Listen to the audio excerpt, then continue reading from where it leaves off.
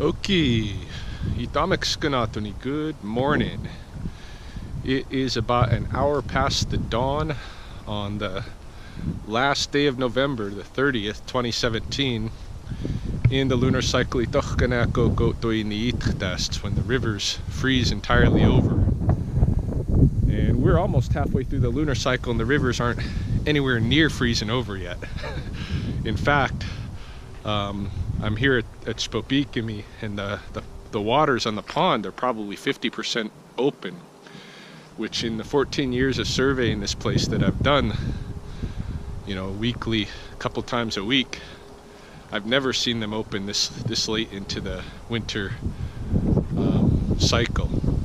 So our warm year continues, and it'll be curious to see what all shapes up here as a result. I'm just out this morning really not to study so much as to just get some fresh air, stretch my legs, get my mind clear and focused, because I'm going to be spending most of my day proposal writing, which I don't like to do. I don't like to sit at a computer, but I'm kind of good at it, and so and it's something I can do to make some cash, which I really need at this point. So I'm going to be spending the next few days immersed in that. I've also got to play mechanic with my Jeep. The shifter that I use to move between two-wheel drive and four-wheel drive suddenly went slack. Okay, and so I'm sure there's a cable or something busted in there, and I'm going to have to open up that console and figure things out, see if I can do the repair myself, because I really can't afford to expense the repair, but I have to get it done because it's dangerous. If it snows here and I don't have four-wheel drive, that Jeep is just too boxy, my treads are too thin, and I'll be sliding all over the place, and I don't want to do that, especially because I drive, you know, up and down the river valley every day, back and forth usually to pick up my daughter from work and stuff. So it's pretty dangerous for me to not have four-wheel drive in the winter. So I got to get that fixed one way or another. I'm going to try to do it myself. We'll see how that goes. Maybe I'll document it. Any case, it's Thursday, and it's been 3 weeks, I think, since my last Thursday update, and I didn't want to let another week go, you know. Going back, like, here's my excuses, here's my reasons for not giving my Thursday updates. A couple weeks back, I missed my first one because I had flown to Oregon the Wednesday. Yeah, I was visiting my folks, my brother. I showed some of that on the channel, and Thursday was just my first day there. I didn't have a lot to report from the week before anyway, so I figured I'd just let it go. Okay? Let it go and get it this last week. However, when I come back home on Monday, got back home late Monday night. Actually, it was 1:00 a.m. Tuesday. And since I'd already shown a lot of what happened in Oregon, and I didn't have too much go on Tuesday and Wednesday, I didn't have a lot to report for my Thursday update last week either. I could have said some things. I had some thoughts in mind, you know, some reflections after my trip, but I wanted to think on those some more, because I don't know, you know, and this is really, like, this week what I've been considering, what to make of, you know, some of the thoughts that I had during and mostly after my trip to Oregon. The trip was predicated on kind of my mom wanted to see me, you know, basically. She had about, you know, a few weeks before, she had a pretty serious emergency medical situation. I won't go into detail because I don't think she'd be wanting me to to share it online. But it was an emergency. Her health rapidly declined. She had to go into an emergency surgery. My dad called me when she was going into that, and let me know that she was in the hospital and that this was happening. But he, made it sound like, don't worry about it, not a big deal, which I appreciate. I'm a long ways away, so I don't want to be stressing out and stuff. But then my brother talked to me, and he had kind of a different story, and he pretty much let me know that it could be pretty serious. But things worked out, and she went through the surgery. She's back home recovering, and she was recovering when I visited. And I think everything's going to be okay. But I think it scared her, or at least, it definitely played a hand in provoking her to request that I come visit in the short term, right? She's, can you come here quickly before the holidays? And she would pay for the flight and everything, and fly me right out of Lethbridge, which costs a couple of extra bucks than if I was to fly out of Calgary or Great Falls or something like that, both of which are about 3-hour drives away, to get to those airports. But in any case, I was rushing out there to see her because of this stuff, and so it put kind of that bend already in my mind. And it's not hard to lead me at this point down, a kind of a mental road of being worried and concerned about, the potential to lose people in my life. It's 2015 was a really tough year for me. I lost 5 of my very closest friends and allies to different accidents, and one of them to cancer, one of them to pneumonia, car accident, a heart attack. Who am I missing? I'm missing somebody. Oh, a second heart attack.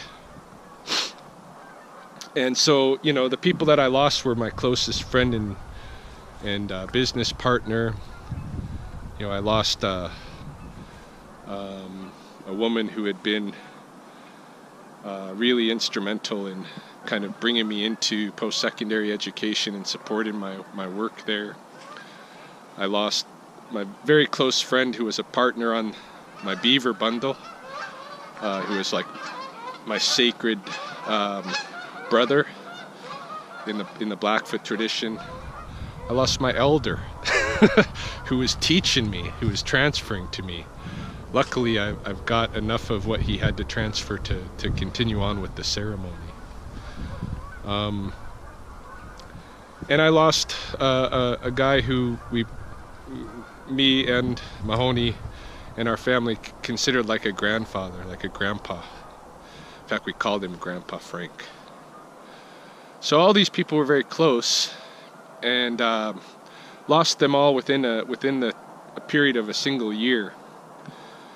And I also got more or less evicted from the house I was renting, which was a good thing because I ultimately bought my own house as a result, because I wasn't going to be able to find another rental space, I'm sure, that would accept the various animals that I bring into the house.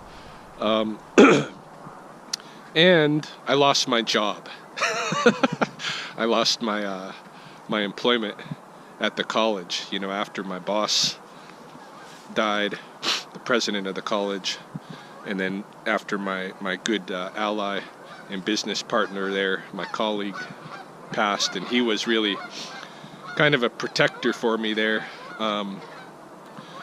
Because in the kind of community, even though I've been here a while, like 20 years, I'm still an outsider, and I have a role that, like, there's only so many kind of roles in the community for leadership and such, and being in post-secondary and directing the kind of program that I was, which was a Blackfoot specific program. You know, there's going to be a lot of people gunning for you. When you're doing good things, there's always people that are going to try to take you down. I'm aware of that.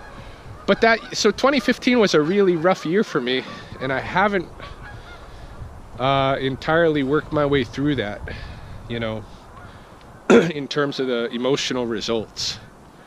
And I think going back to Oregon triggered, I hate that word triggered, it's so overused these days, but you know, it triggered some emotional response from me, especially after when I left, because, you know, because of the context of like why I was brought there, and then, you know, all the recent losses that I've had. I'm very conscious now that, you know, when I walk away, I might not see all of those people again, you know, my parents, my brother, and you know, my brother's kids, my uncle. I saw my uncle when I was out there. I never showed that, but yeah, things happen, and they happen quick. You know, sometimes you're not expecting it. Like with my mom, you know, this medical emergency she had just came right out of the blue, and took her down really fast. And stuff like that can happen anytime, you know.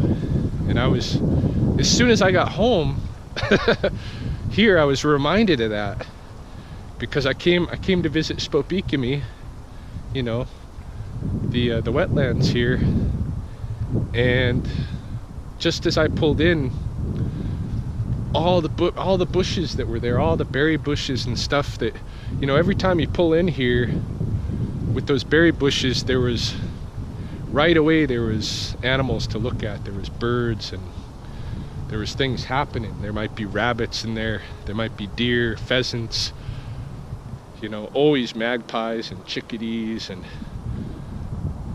usually some waxwings and stuff. There's always stuff going on right around the parking lot with those bushes, and they cleared those bushes completely out of there. And you know, I felt that impact too. I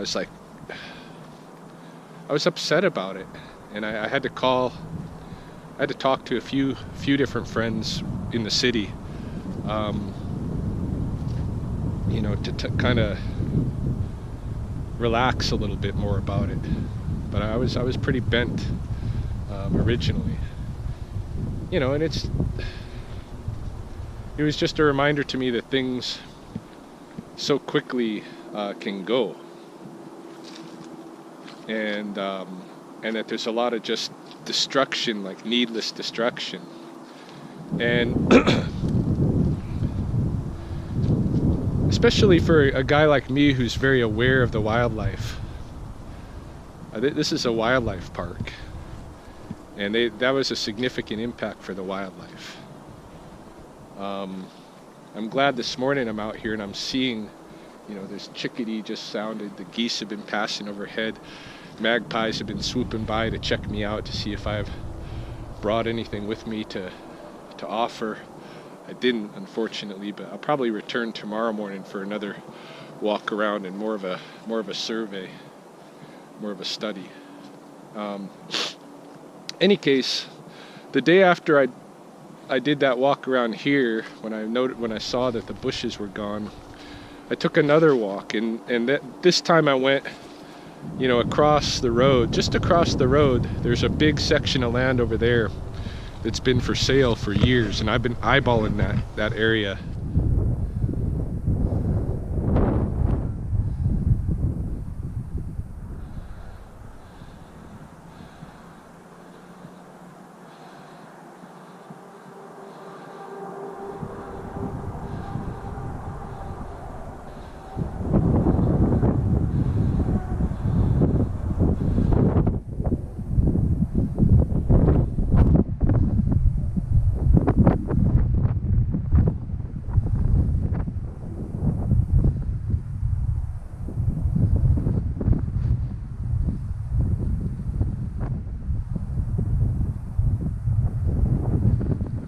has a rattlesnake population on it. It has a good den with snakes of all ages and some of the biggest rattlesnakes in Lethbridge, some of the oldest snakes. And it has a really nice established rookery. And it's a place that nobody's wanted to buy because that land has been used and abused. There was a gas station there at one time. A lot of material from around the city have been dumped there. A lot of concrete and metal and stuff have been dumped there, and is kind of part of the landscape now, which the snakes love, by the way. There's TransAlta power lines going through the north end of it, and so there's zoning restrictions around that, and then the water table is very low because, of course, we're here on the river bottom. So there's a place in there where I often film the bees going to drink from this water that's always there. It's constantly, it's just a little puddle, but there's some cattails and stuff, and it's just a spring where it reaches the water table. So building anything down there is unlikely. You'd have to find some other use for that place. And so what I would like to do there would be to open a rattlesnake, to have a rattlesnake sanctuary where they're protected, an area of land that's not going to change. And then I would like to build a little facility there for wildlife rehabilitation, for dealing with injured wildlife, because I get a lot of calls for that, and I rarely turn them down because it's an animal in need, right? It's a living being that's suffering in need, and if I can possibly help it, I'm gonna, right? So, and I know nobody else here is really doing it. So somebody's gotta do it, right? So I attend a lot of those kind of calls, and a lot of times I bring these animals to my house, and I really shouldn't have them there. In some cases it's been illegal, right? The things that I've done to help wildlife. But if I had a facility, I could get licensed and stuff and do it legitimately and not have it in my house, and have just more capability overall to do that. I'm also looking at it in addition, as a place where we can do traditional Blackfoot ceremonies within the city limits, because right now there's no place in Lethbridge that you can really do that. I mean, there's some buildings and stuff, like if I want to do our bundle ceremony, I've done it in my house. I could do it. There's some different places here, some institutions that would let me do it, the museum, maybe the nature center, possibly the university. Places like this might let me host it there. But it's different than doing it outside in a teepee, and there's really nowhere here that we can do sweats that precede all the ceremonies. And there's other ceremonies that could take place here for the Blackfoot population that lives in Lethbridge, that we don't have to always go to the reserve to do those things. So for all of those reasons, I'm looking at that land, but that land is $1 million. So I went there that day to just take a walk around and video a little bit of it, because I have a Patreon account that I haven't really done much with, and I was thinking, if I make a nice video about all the kind of the projects that I do, and then describe what I want to do with this land, there might be a potential to crowdsource the money. I know $1 million, to me it seems like outlandish, but to some people in this world, it's not difficult at all to conceive of coming up with $1 million. And certainly, in my academic work, in my research work, I've over the years, I've definitely pulled in $1 million in grants, you know. So yeah, I know it's not impossible.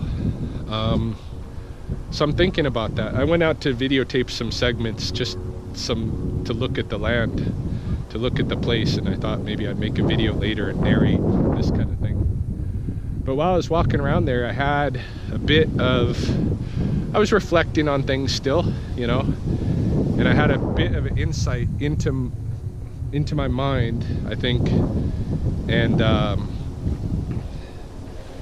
you know, in the way that it's troubled. And I look at the various projects that I'm involved in, everything from the snake work, the rescue of injured animals,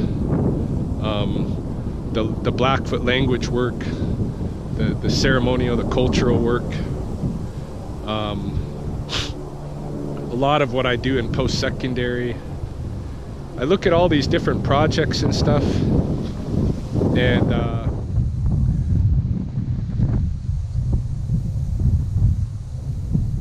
in all of them, I'm dealing with, in most of them anyway, in all of them in some way, but I'm dealing with trying to save or rescue or salvage what's in danger. You know, the language is in danger of going extinct. The rattlesnakes here, likewise. The animals are in danger of dying when they're injured.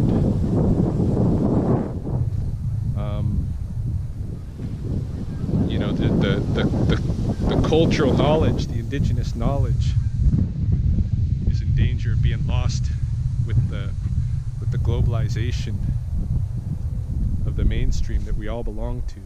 You know, in all of these ways, I'm constantly kind of battling against the potential of loss, and I'm always in rescue mode. And I guess, you know, in that situation, it's easy to be too focused on the dark, okay? Too focused on the death and the problems and this kind of thing. You know, at one time when I was going to undergraduate school in Boston, I worked for Greenpeace. We would go around canvassing the boroughs for money, you know, door to door. And I remember this older guy who was part of our group. Man, that guy was on the edge of suicidal if he had a bad day out there canvassing, and he was reminded that a lot of people don't give a shit about the animals and about, you know, the health of our ecology. And he would you know, he would get really super bummed out. And you know, the last couple of years, and I'm sorry if the wind is affecting this, but the last couple of years, you know, I've had periods like that. I've had, you know, a few days in a row, or sometimes a week. Sometimes it's just one really bad day, but I've had those, like, where I'm at a really low point, you know. Sometimes I try to drown that out with intoxicants, you know. Not good. And I don't like when my mind is in that place. You know, like just yesterday, I woke up in the morning, and when I woke up, I was feeling really alive, and you know, I was looking around, recognizing how kind of magical all this stuff that I'm a part of is. Hey, looking at my home and my family, the animals that I'm taking care of, those that I'm rehabilitating, those that just live with me as pets, the ones from the neighborhood that visit in the morning to be fed, you know, the places around my access to these coulees, these parks, and my familiarity with them, the work that I'm involved in, all the different projects, you know, in the post-secondary work, the nature work, the rattlesnake work, presenting, and you know, even my YouTube channel. I look at all of this stuff, and I was really feeling like high energy, elated, you know, feeling good.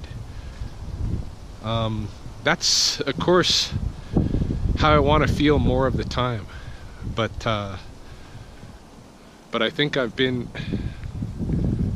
more often the last couple of years. I've had more days, definitely had way more days than I'd like, where I've not felt that way. And I don't want to say that I've been depressed, because I really haven't. You know, most days I'm pretty elated and I'm running around enjoying what I do.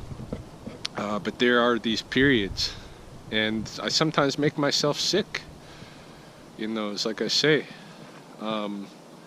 doing stupid stuff, self-harmful things, you know. And as I was walking around that land that I'm thinking about crowdsourcing the funds for, something clicked where I recognized that I'm just too worried about loss, hey? Because I've lost, you know, because I've lost several important people and aspects of my life, you know, recently. Now my worry, my concern about losing more can be easily evoked and lead me down, you know, lead me into some darkness mentally. And I don't want to let it do that. I think if I'm conscious of that, of what's going on in that respect, maybe I won't go there as often, or maybe at some point I won't be going there at all. I don't know. I don't think that's the case, because, you know, because economically it seems like in this way of life that we have, in this culture that's going on, economically everybody's always worried to a little bit of extent about loss, about what, you know, they're not going to be able to do if they don't make this, they're not able to get that. Well, I don't want to speak for everybody, of course, but I certainly have that, you know, a lot, where I think, what if I don't make my bills in this respect, and this is going to happen as a result. But especially this time of year, hey, Christmas time, I feel like we're hemorrhaging money that we don't even have. Like I live month to month still, like most people. And when the Christmas season comes around, I got a pretty big family here with lots of kids. I don't show them all the time, but we got a pretty big family with lots of little kids, and we do that Christmas celebration to the hilt. And it's not inexpensive, right? And and I'm compelled to do it. You know, in addition to the expenses of doing our other ceremonial obligations throughout the year, these kind of things. And I don't know, life is expensive,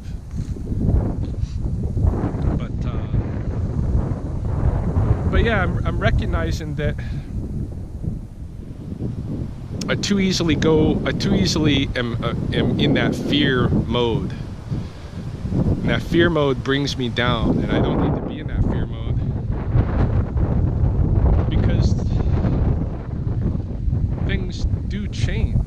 you're not going to ever stop that, right?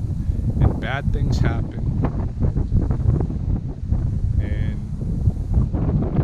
human beings do cruel acts upon, other humans, and upon the nature that I love. And that's going to keep happening. Change is going to keep happening, and the animals are adapting. Not that they enjoy it when some kind of cruelty is disregard of their needs is done, but they're always adapting. Hey, they're always changing and adapting to what we're doing in this world, and we don't know where it's going, and I'm not going to. And life is short and long at the same time, but I'm probably at least halfway through it, and it could be done tomorrow. And so what's the use of spending that time in worry? I can still love all of the things that I love and engage in all of these activities because of trying to help salvage the language, trying to help rescue the animals, trying to turn people's thinking about how we should relate to the other species. I can still do that, but it's when I go down the road of being in that fear, then it hinders my work in that respect. I'm not able to do it as good. You look at someone like Steve Irwin and all of the influence that he had. It was because of his energy, and it was so positive. You never see him go in that dark zone, and I want to stop going there too. I need to do some energy work on myself, I guess is what I'm saying. I need to do some self-counseling, I think, and I have been, obviously. And so this has been really most of the last week for me. What's been important is this kind of thought work, this kind of reflection, getting outside, just walking around. And of course there's other things to talk about. There's a whole bunch of crazy popular culture stuff going on. When I was in Oregon, all of these sex scandals blew up. Charles Manson died. Donald Trump did some more stupid shit.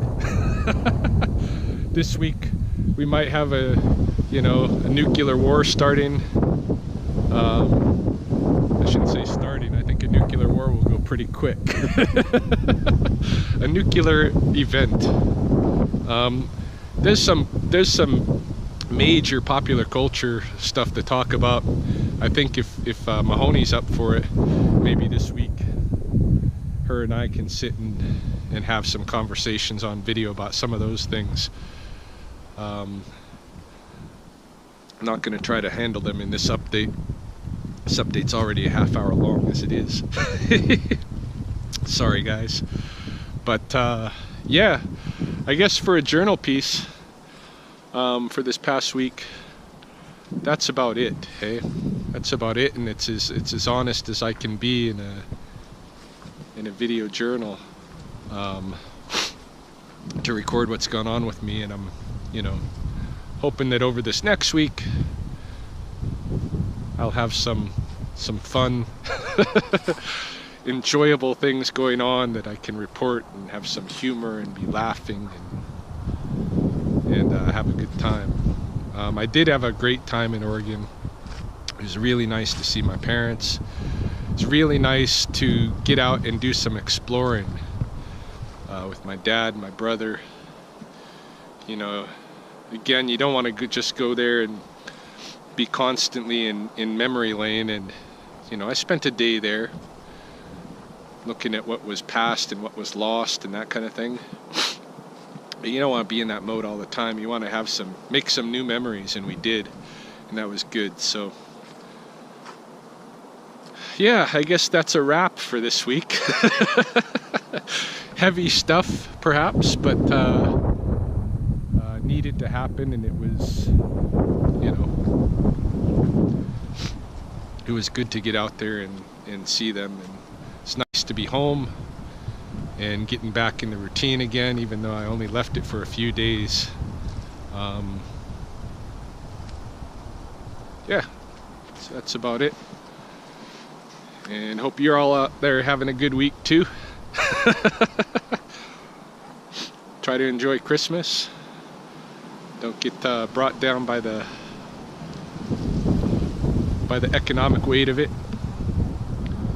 And oh yeah, that's another thing that I want to talk about. Another popular culture thing. I'll save that.